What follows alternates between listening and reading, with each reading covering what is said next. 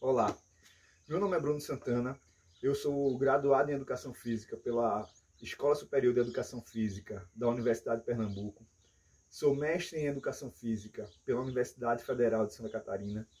e doutor em Educação também pela Universidade de Santa Catarina. O objetivo desse vídeo é dialogar com o professor Augusto Bonanetti e Rosiane Rodrigues acerca das possibilidades, né, da área da educação física nesse período pós-pandêmico, né, das necessidades, das tendências, né, de como vai ser o processo de formação, né, inicial na área da educação física. Então, primeiramente, eu gostaria de salientar um alerta, né, mas assim, um ensinamento que a professora Rosiane Rodrigues, no seu vídeo, ela já trouxe, né, que esse processo da pandemia na história da humanidade está fazendo com que a gente tenha necessidade de uma nova organização social. Né? Quando ela chega e ela, ao se apresentar e ao saudar, né, no início do seu vídeo, ela fala bom dia, boa tarde e boa noite, por não saber que horário as pessoas vão ter acesso a esse vídeo. Então, esse é um exemplo simples que já demonstra uma nova realidade, de uma nova, né, configuração, não só dos conhecimentos, mas até mesmo das relações sociais. E a professora Rosiane Rodrigues, ela chega e ela vai aprofundando essa discussão sobre as questões das relações humanísticas e de toda a formação humana na perspectiva, né, das ciências sociais humanas no campo da educação física. Então, eu queria salientar também que hoje, tentando dialogar também com o professor Augusto Bonanetti, que hoje a gente precisa de um novo entendimento sobre o processo de construção científica, né, de construção coletiva do conhecimento e de alguns conceitos que são fundantes na área da educação física, como até mesmo o conceito de saúde, né, onde saúde não é só o bem-estar ou a ausência de doença, mas o bem-estar biopsicossocial e também espiritual. Eu acredito muito nisso. E que, inclusive, algumas áreas do conhecimento que são pautadas nas ciências da saúde já estão reconhecendo alguns estudos relacionados aos estudos espíritas e também a glândula pineal, que é uma glândula que ela é responsável pela questão da comunicação não verbal e da forma intuitiva entre os sujeitos, entre, né, os seres da mesma espécie. Não é só o ser humano que tem a glândula pineal. Vários outros mamíferos também têm essa glândula pineal. Então, a própria sociedade médica espírita está sendo reconhecida por esses estudos, né? E isso demonstra que o próprio conceito de saúde e alguns conceitos que são fundantes da educação física precisa de uma certa releitura e de uma certa reconfiguração, né? Então, dentro disso, a gente tem que ter também um outro conceito, que é o conceito de corpo, de uma maneira mais ampliada, que rompendo já com esse conceito de corpo instrumental dual que se tem na educação física, que a gente tem que entender, né, o corpo como uma unidade indissociável, onde eu não tenho corpo, e sim eu sou um corpo que penso, que sinto, né, e que movimento, tudo junto. Né? E é no corpo que se concretiza, que se materializa todo esse processo histórico. Então, voltando à questão do próprio conceito de saúde, que por essas condições que a gente já viu nesse período pós-pandêmico, vai ter que ter uma releitura. Então, né, é o bem-estar, né, biopsicossocial histórico também, né, desse processo histórico que o ser humano passa e que transmitido, que é comunicado justamente por essa corporeidade, por esse se movimentar, né? Então, eu atuo na área do ensino superior e também na educação física, dentro da educação, na perspectiva da educação inclusiva. E nesse sentido, se faz necessário um diálogo com as outras áreas da saúde, como a fisioterapia, a terapia ocupacional, a fonoaudiologia e a psicologia. E que, infelizmente, ainda, né, a área da educação física, ela não tem o seu reconhecimento devido e seu espaço propriamente ocupado, esse espaço ocupado. Então a gente participa de alguns congressos que estão relacionados principalmente à intervenção com sujeitos, com pessoas com necessidades específicas de aprendizado, né, com pessoas que têm distúrbios globais de desenvolvimento, que estão dentro do espectro autista, e aí a gente participa de muitos eventos e, na maioria das vezes, o campo da educação física, a área da educação física, não é nem citado. E aí, logicamente, a gente tem que fazer essa autocrítica e entender por que não ocorre essa citação, esse reconhecimento pelas outras áreas do conhecimento. Então, acredito que a gente precisa, primeiro, se apropriar desses conhecimentos, dialogar mais com as outras áreas e se apropriar também de alguns métodos que são incomuns a essas outras áreas do conhecimento, como alguns métodos como, né, o ABA, análise de comportamento, o PECS, o Teacher. Então, todos esses são conhecimentos de métodos de intervenção que, na maioria das vezes, a educação física ela não se aproxima, ela não se apropria. Então, dentro dessa perspectiva, eu acredito que se faz necessário essa ampliação, não só do entendimento da possibilidade de intervenção da área da educação física, como também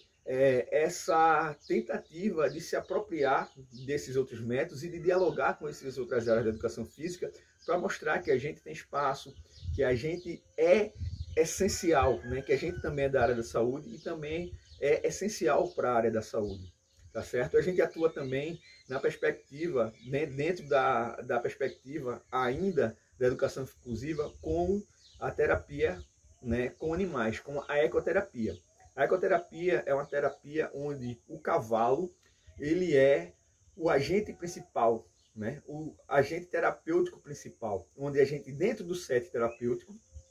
a gente vai constar principalmente do cavalo, né, do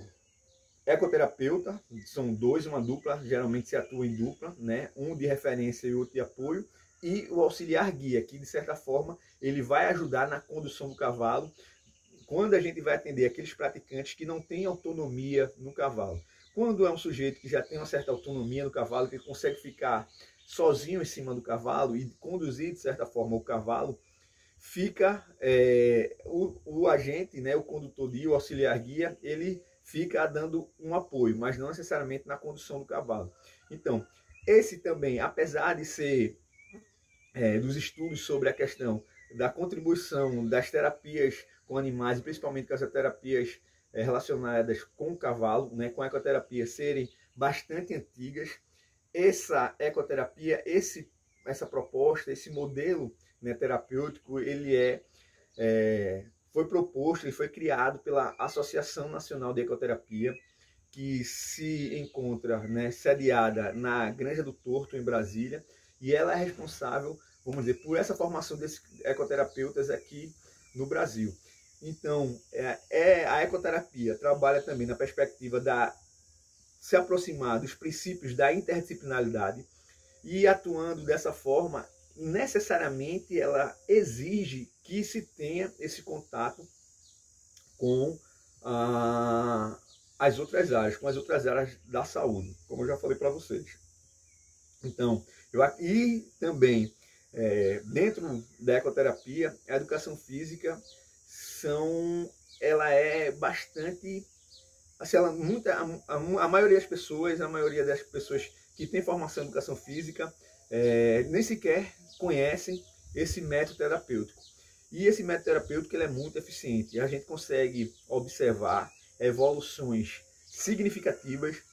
em curto espaço de tempo. Então, se faz necessário também uma maior divulgação, né, dessa possibilidade de intervenção e de ocupação desses espaços pelo campo da área da educação física. Então, dentro dessa perspectiva, eu acredito que nesse diálogo que a gente vai estar tratando nesse Congresso Internacional da Faculdade Católica Imaculada Conceição do Recife, vem dentro dessa perspectiva. E o próprio curso, né, que está proposto da faculdade, ele está, vamos dizer, muito antenado, ele está muito sensível, ele está muito atencioso a essas novas perspectivas, a essa nova tendência da área da educação física. Então, hoje em dia, para a gente ter o nosso espaço, né, no campo de intervenção, a gente precisa ampliar, né? A gente sabe que a realidade pós-formação inicial, ela é uma realidade bastante rigorosa, ela é, de certa forma, até cruel, ela vai exigir muito, né? Então a gente não pode se contentar, né, com a formação inicial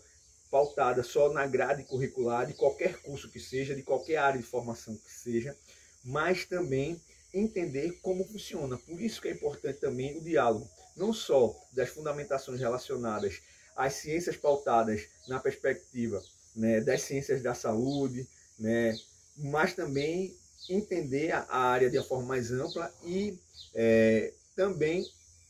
se apropriar de conhecimentos relacionados à área, né, das ciências sociais e humanas, né? Porque, como a gente já falou, o ser humano, a gente entende hoje em dia, né, depois desse processo da pandemia, cada vez mais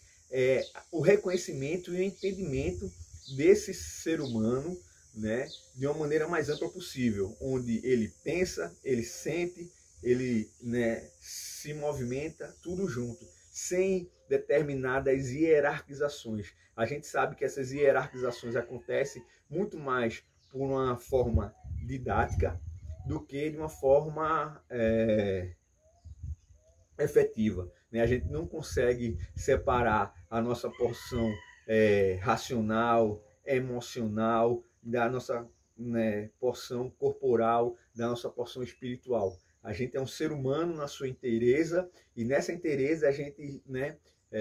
procura, de certa forma, estar em equilíbrio nessas diversas aspectos, dessas diversas percepções do ser humano, tá certo? Então,